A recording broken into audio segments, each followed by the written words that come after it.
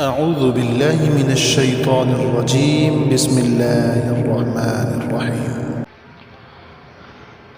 ألف لام را، تلك آيات الكتاب المبين. إنا أنزلناه قرآنا عربيا لعلكم تعقلون. نحن نقص عليك أحسن القصص بما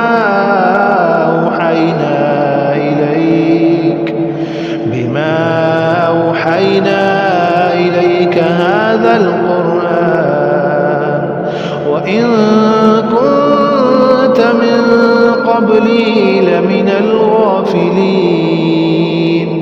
إذ قال يوسف لأبيه يا أبت إني رأيت 11 كوكبا والشمس والقمر رأيتهم لي ساجدين. قال يا بني لا تقصص رؤياك على إخوتك فيكيدوا لك كيدا، إن الشيطان للإنسان عدو مبين. وكذلك يجتبيك ربك ويعلمك من تأويل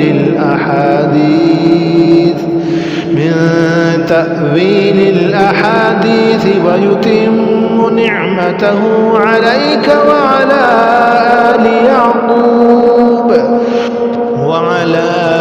آل يعقوب كما أتمها على أبويك من قبل إبراهيم وإسحاق، إن ربك عليم حكيم.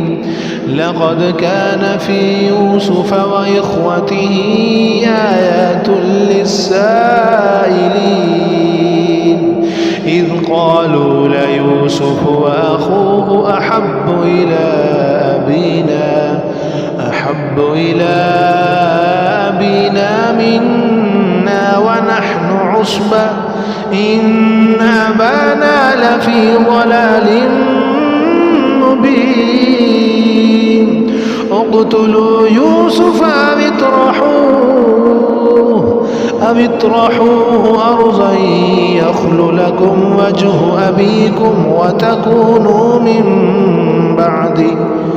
وتكونوا من بعده قوما صالحين. قال قائل منهم لا تقتلوا يوسف وألقوه في غيابة الجب يلتقطه بعض السيارة إن كنتم فاعلين. قالوا يا أبانا ما لك لا تأمنا على يوسف وإنا له لناصحون. أرسله معنا غدا يرتع ويلعب وإنا له لحافظون. قال إني ليحزنني أن تذهبوا به وأخاف أن يأكله الذئب وأنتم عنه غافلون. قالوا لئن أكله الذئب ونحن عصبة إنا إذا لخاسرون. فلما ذهبوا به وأجمعوا أن يجعلوه في غيابة الجب وأوحينا إليه لتنبئنهم بأمرهم هذا وهم لا يشعرون. وجاءوا أباهم عشاء يبكون. قالوا يا أبانا إنا ذهبنا نستبق وتركنا يوسف عند متاعنا فأكله الذئب وما أنت بمؤمن لنا ولو كنا صادقين وجاءوا على قميصه بدم كذب قال بل سولت لكم أنفسكم أمرا فصبر جميل والله المستعان على ما تصفون. وجاءت سيارة فأرسلوا واردهم فأدلى دلوه قال يا بشرى هذا غلام وأسروه بضاعة والله عليم بما يعملون وشروه بثمن بخس دراهم معدودة وكانوا فيه من الزاهدين. وقال الذي اشتراه من مصر لامرأته أكرمي مثواه عسى أن ينفعنا أو نتخذه ولدا وكذلك مكنا ليوسف في الأرض ولنعلمه من تأويل الأحاديث والله غالب على أمره ولكن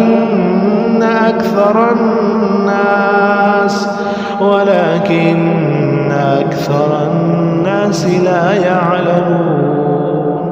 ولما بلغ أشده آتيناه حكما وعلما وكذلك نجزي المحسنين.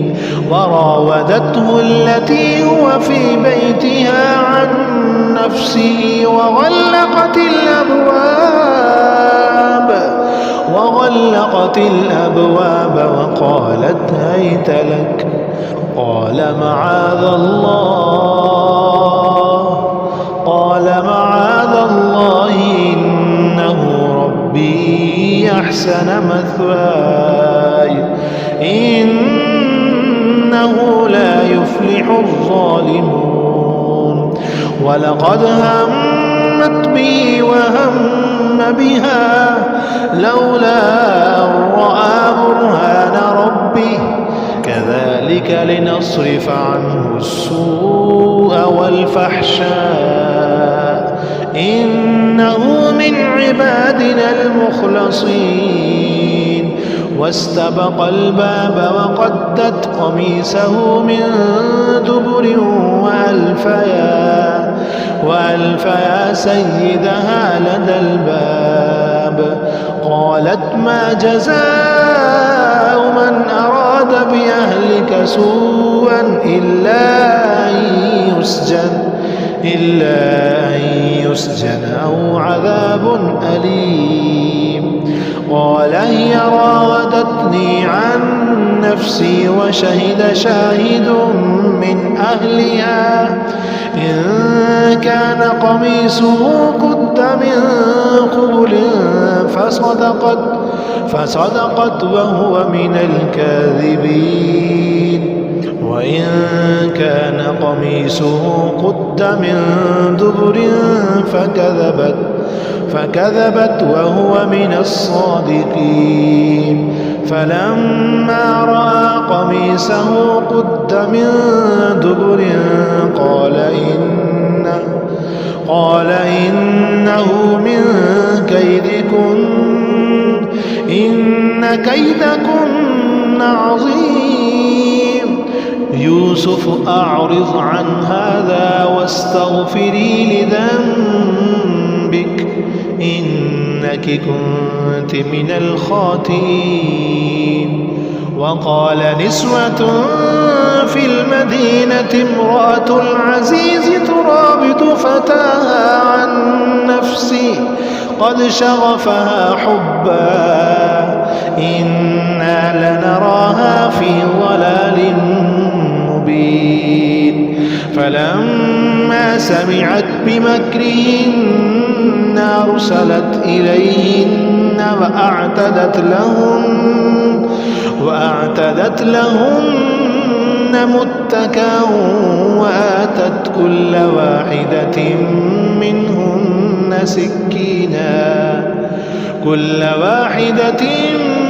منهن سكينا وقالت اخرج عليهن.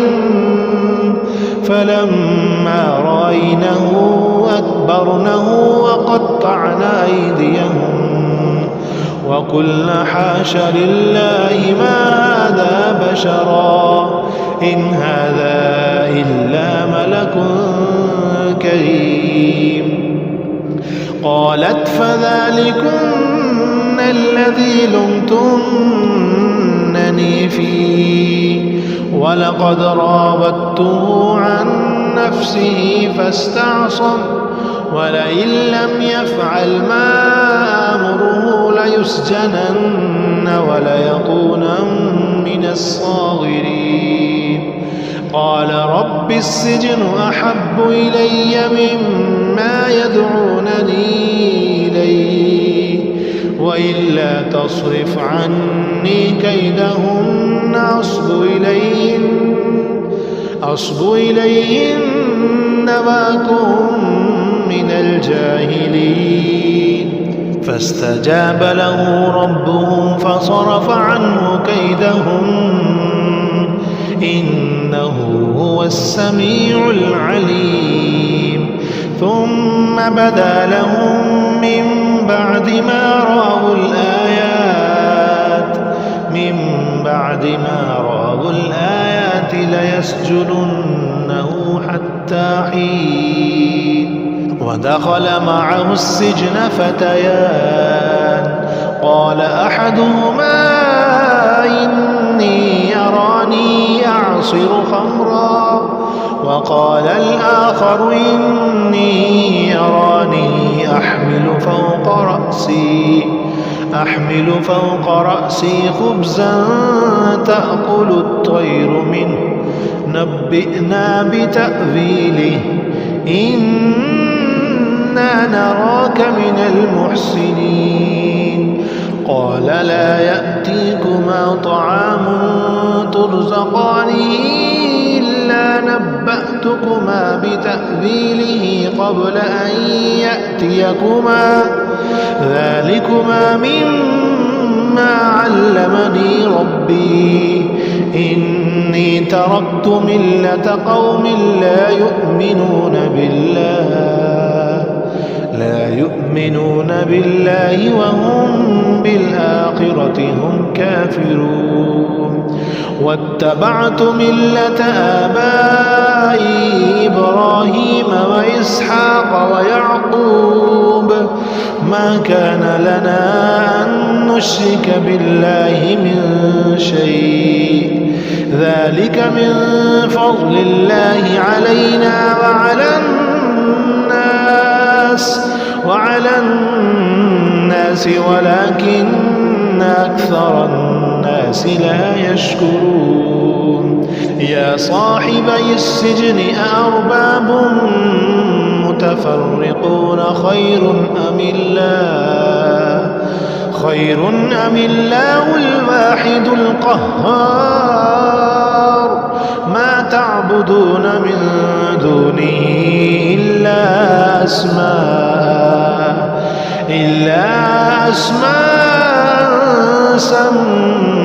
سميتموها أنتم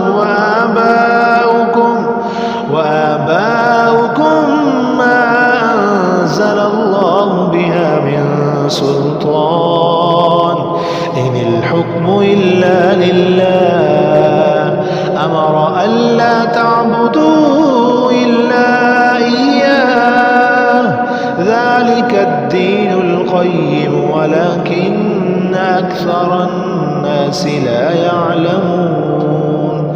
يا صاحبي السجن أما أحدكما فيسقي ربه خمرا وأما الآخر فيصلب فتأكل تأكل الطير من رأسه قضي الأمر الذي فيه تستفتيان وقال للذي ظن أنه ناج منه اذكرني عند ربك فأنساه الشيطان ذكر ربه فلبث في السجن 9 سنين. وقال الملك إني أرى 7 بقرات سمان يأكلهن 7 عجاف و7 سنبلات خضر وأخر يابسات يا أيها الملأ أفتوني في رؤياي إن كنتم للرؤيا تعبرون قالوا أضغاث أحلام وما نحن بتأويل الأحلام بعالمين. وقال الذي نجا منهما وادكر بعد أمة أنا أنبئكم بتأويله فأرسلون. يوسف أيها الصديق أفتنا في 7 بقرات سمان يأكلهن 7 عجاف و7 سنبلات خضر وأخر يابسات لعلي أرجع إلى الناس لعلهم يعلمون. قال تزرعون 7 سنين دأبا فما حصدتم فذروا في سنبله إلا قليلا مما تأكلون. ثم يأتي من بعد ذلك 7 شداد يأكل ما قدمتم لهن إلا قليلا مما تحصنون. ثم يأتي من بعد ذلك عام فيه يغاث الناس وفيه يعصرون. وقال الملك ائتوني به فلما جاءه الرسول قال ارجع إلى ربك فاسأله ما بال النسوة اللاتي قطعن أيديهن إن ربي بكيدهن عليم. قال ما خطبكن إذ راوتن يوسف عن نفسه قلنا حاش لله ما علمنا عليه من سوء. قالت امرأة العزيز الآن حصحص الحق أنا راودته عن نفسه وإنه لمن الصادقين. ذلك ليعلم أني لم أخنه بالغيب وأن الله لا يهدي كيد الخائنين. وما أبرئ نفسي إن النفس لأمارة بالسوء إلا ما رحم ربي إن ربي غفور رحيم. وقال الملك ائتوني به يستخلصه لنفسي فلما كلمه قال إنك اليوم لدينا مكين أمين. قال اجعلني على خزائن الأرض إني حفيظ عليم. وكذلك مكنا ليوسف في الأرض يتبوأ منها حيث يشاء نصيب برحمتنا من نشاء ولا نضيع أجر المحسنين. ولأجر الآخرة خير للذين آمنوا وكانوا يتقون. وجاء إخوة يوسف فدخلوا عليه فعرفهم وهم له منكرون. ولما جهزهم بجهازهم قال ائتوني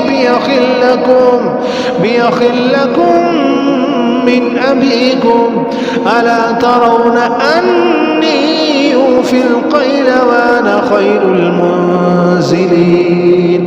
فإن لم تأتوني به فلا كيل لكم عندي ولا تقربون.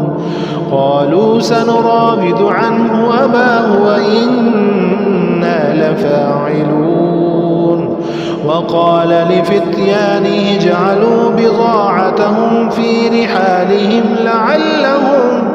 لعلهم يعرفونها إذا انقلبوا إلى أهلهم لعلهم يرجعون.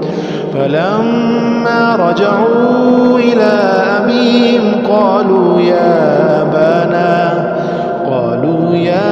أبانا منع منا الكيل فأرسل معنا أخانا نكتل وإنا له لحافظون. قال هل آمنكم عليه إلا كما أمنتكم على أخيه من قبل فالله خير حافظا وهو أرحم الراحمين. ولما فتحوا متاعهم وجدوا بضاعتهم ردت إليهم قالوا يا أبانا ما نبغي هذه بضاعتنا ردت إلينا ونمير أهلنا ونحفظ أخانا ونزداد كيل بعير ذلك كيل يسير. قال لن أرسله معكم حتى تؤتون موثقا من الله لتأتونني به إلا أن يحاط بكم. فلما آتوه موثقهم قال الله على ما نقول وكيل. وقال يا بني لا تدخلوا من باب وادخلوا من أبواب متفرقة وما أغني عنكم من الله من شيء إن الحكم إلا لله عليه توكلت وعليه فليتوكل المتوكلون. ولما دخلوا من حيث أمرهم أبوهم ما كان يغني عنهم من الله من شيء إلا حاجة في نفس يعقوب قضاها وإنه لذو علم لما علمناه ولكن أكثر الناس لا يعلمون. ولما دخلوا على يوسف آوى إليه أخاه قال إني أنا أخوك فلا تبتئس بما كانوا يعملون. فلما جهزهم بجهازهم جعل السقاية في رحل أخيه ثم أذن مؤذن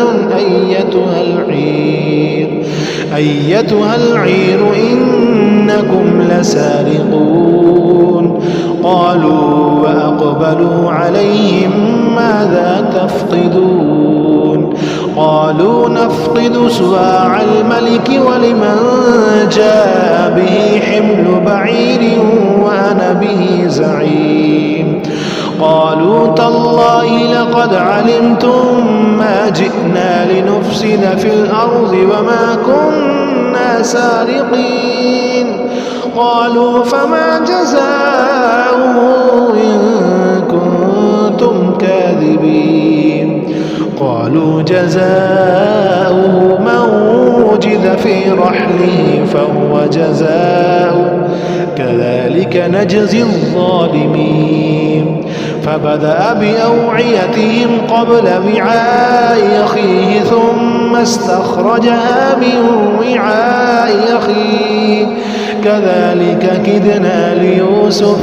ما كان ليأخذ أخاه في دين الملك إلا أن يشاء الله نرفع درجات من نشاء وفوق كل ذي علم عليم قالوا إن يسرق فقد سرق أخ له من قبل فأسرها يوسف في نفسه ولم يبدها لهم قال أنتم شر مكانا والله أعلم بما تصفون قالوا يا أيها العزيز إن له أبا شيخا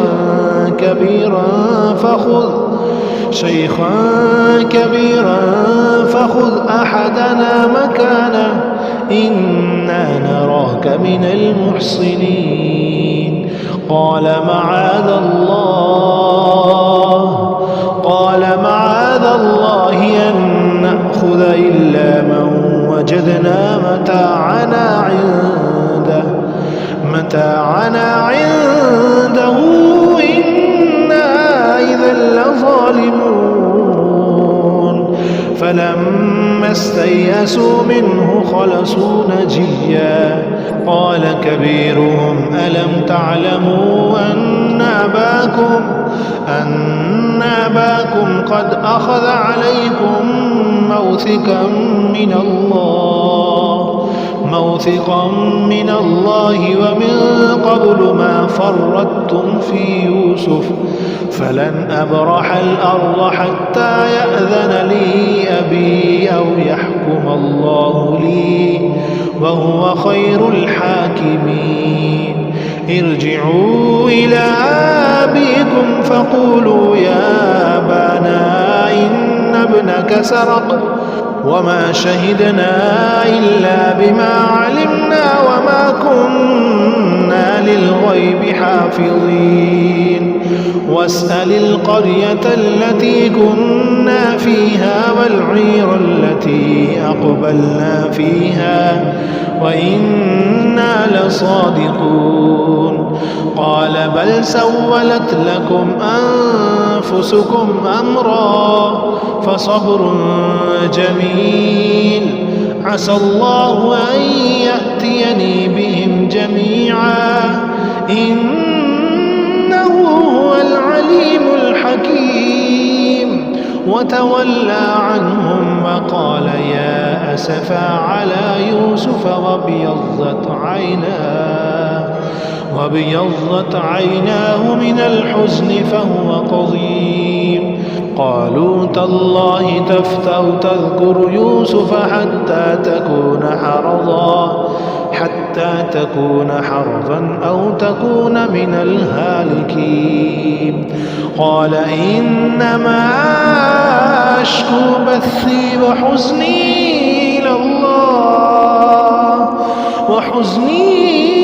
الله وأعلم من الله ما لا تعلمون يا بني يذهبوا فتحسسوا من يوسف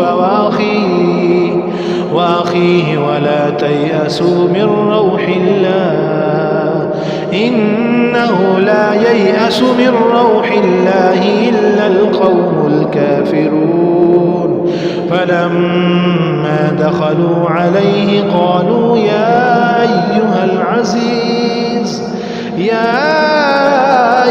العزيز مسنا وأهلنا الضر وجئنا ببضاعة مزجاة فأوف لنا الكيل وتصدق علينا إن الله يجزي المتصدقين. قال هل علمتم ما فعلتم بيوسف وأخيه إذ أنتم جاهلون؟ قالوا أئنك لأنت يوسف؟ قال أنا يوسف وهذا أخي قد من الله علينا إنه من يتق ويصبر فإن الله لا يضيع أجر المحسنين. قالوا تالله لقد آثرك الله علينا وإن كنا لخاطئين.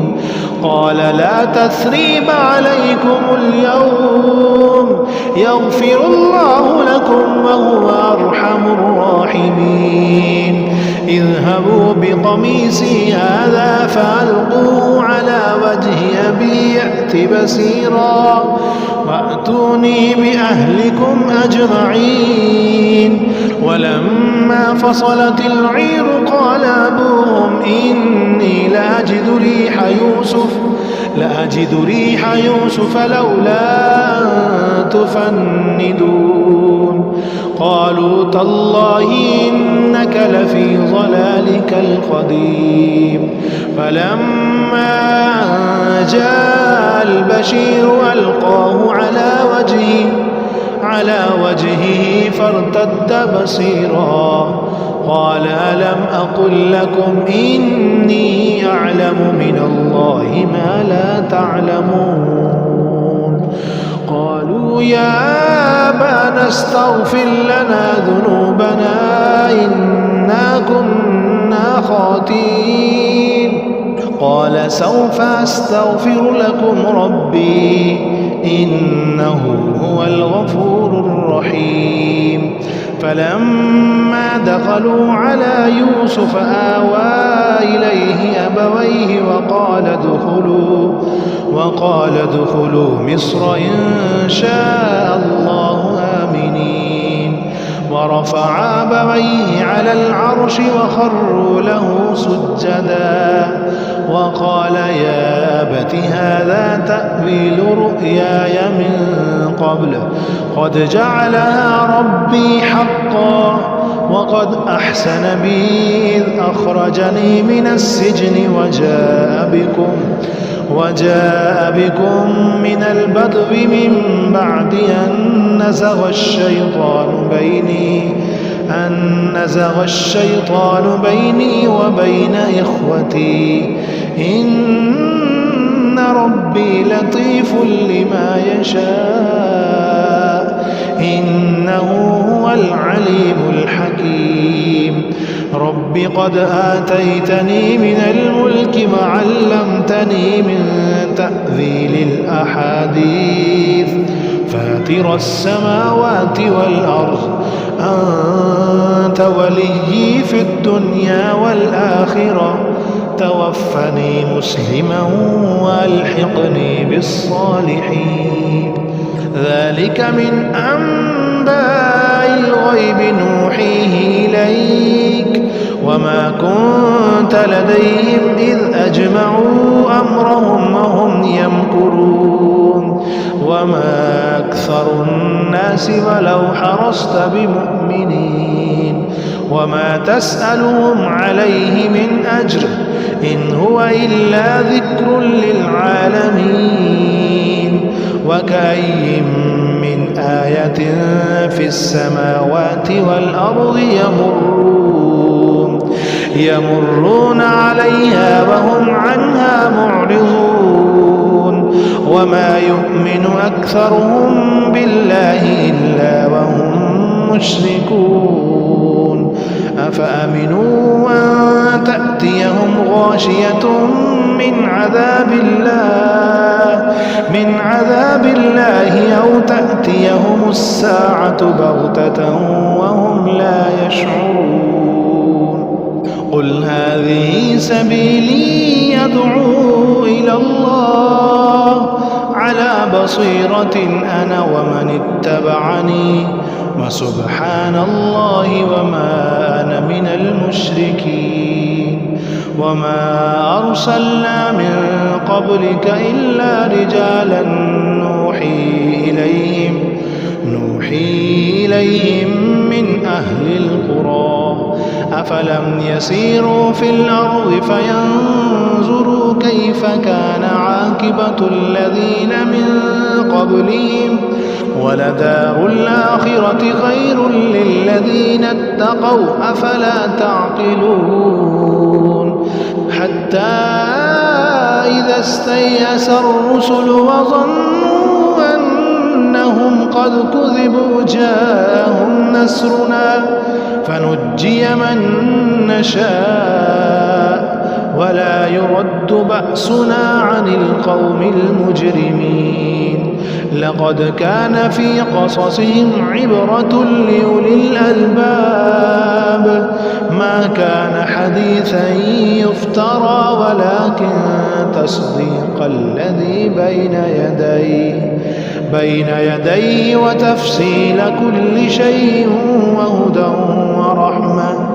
وتفصيل كل شيء وهدى ورحمة لقوم يؤمنون